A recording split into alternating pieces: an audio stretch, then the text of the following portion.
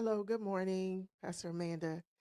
Today we are going to be talking about resilience. On yesterday, we started with the framework for the scripture from Nehemiah 8 and 10, the latter part of verse 10, where we say, "The joy of the Lord is my strength." But Nehemiah actually says, "The joy of the Lord is your strength."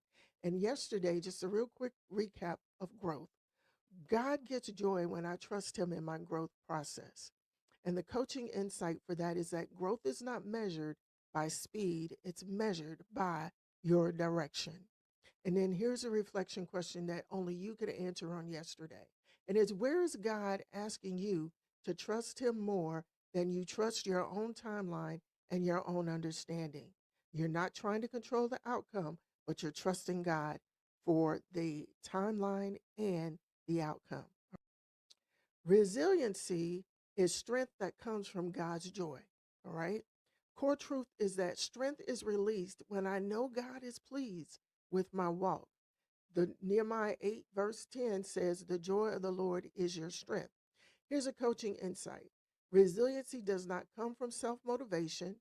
It comes from divine affirmation.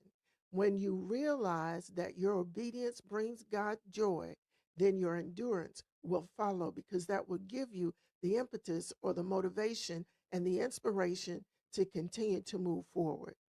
The key scripture for this comes from James 1, verses 2 through 4. He says, "Consider it pure joy whenever you face trials of many kinds, because you know that the testing of your faith produces perseverance." And perseverance is a word that can be used for resiliency.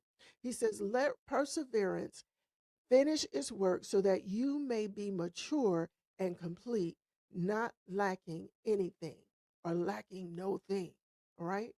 So resiliency is the God-given capacity for you to withstand pressure, adapt without losing faith, and rebound stronger even in the midst or after adversity.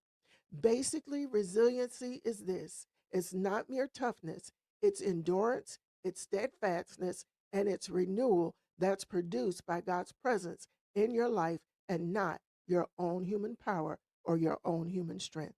Here's a question that only you can answer: how would your resilience change if you knew God delighted in your effort and not just the outcome?